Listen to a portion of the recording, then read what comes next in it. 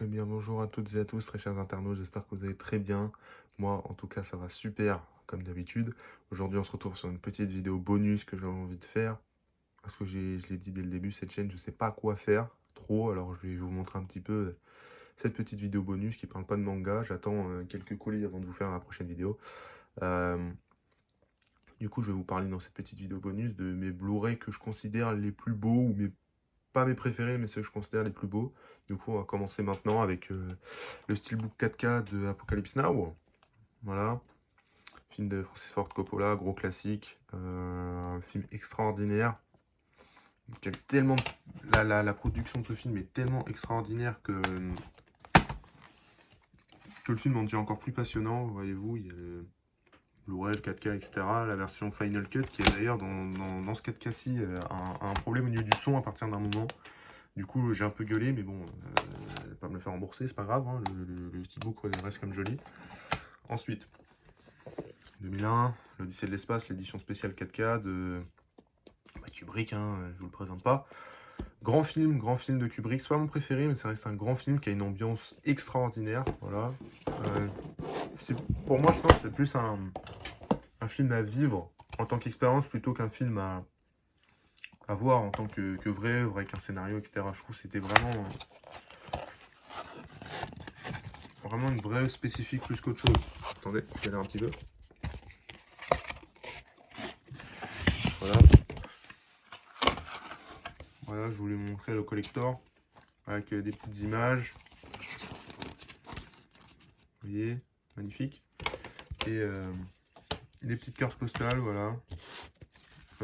Si vous voulez les prix, j'ai payé cette édition 30 € et le steelbook de Apocalypse Now 35 €. J'ai rangé ça après, vous inquiétez pas. Ensuite, ma trilogie de mafia préférée, Le Parrain. Le 1 est un chef-d'œuvre incontesté, le 2 est du même acabit, le 3 est incroyable, même s'il est un petit peu moins bien.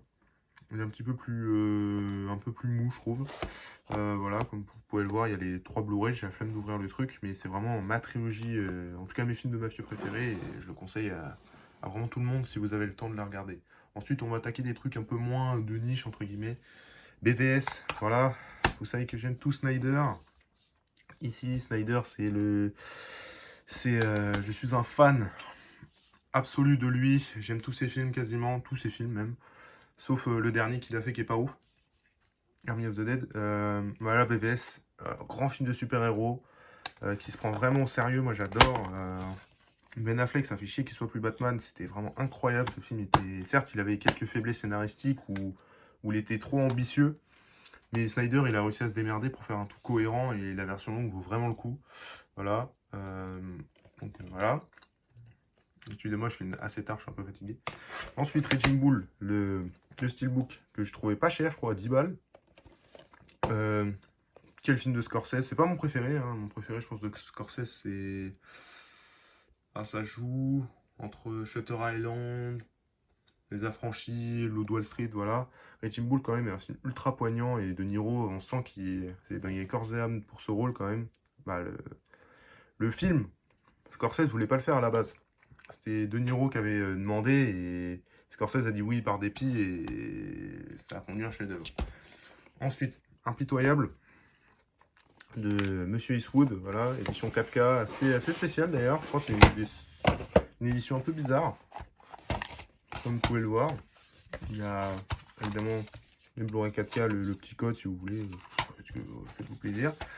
Voilà, il y a un petit artbook, plutôt pas mal, intéressant, avec pas mal de documentation, des pages de scénario, une petite lettre d'Eastwood.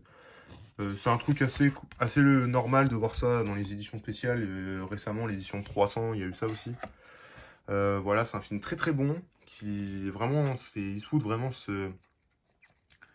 limite se redéfinit sa carrière par rapport à ça. Tu sais, vous savez, l'homme ou sa carrière en tout cas dans le western, l'homme qui essaie d'échapper à sa condition, mais qui finalement par des raisons X ou Y, il revient en fait.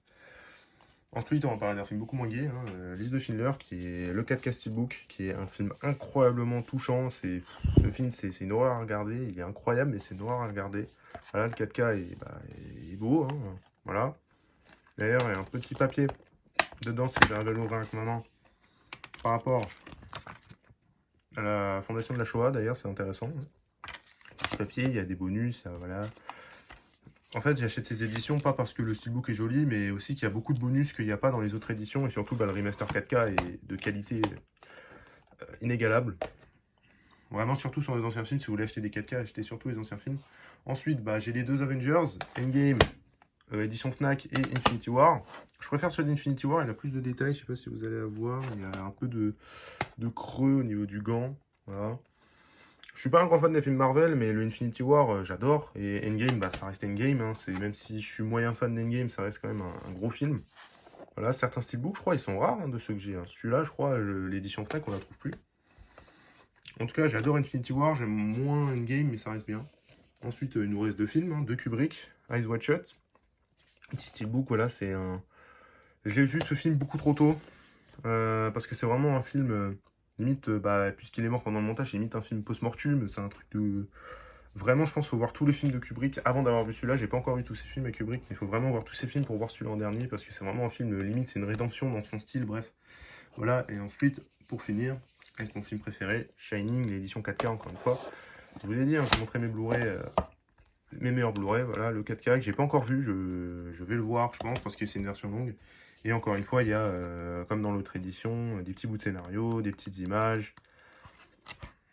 Il n'y a pas de lettre de Monsieur Kubrick. Voilà, c'est un film que je trouve incroyable. Pourtant, je suis pas film d'horreur, mais je sais pas pourquoi. Je trouve que ce film, il m'a toujours fasciné. Voilà, je sais pas, je trouve ce film incroyable. Et puis voilà, je pense que je vais vous laisser, très chers internautes. Voilà, avec cette petite vidéo bonus en attendant les prochaines. Je vais vous laisser. Je vais aller rompige, comme on dirait. Allez, au revoir.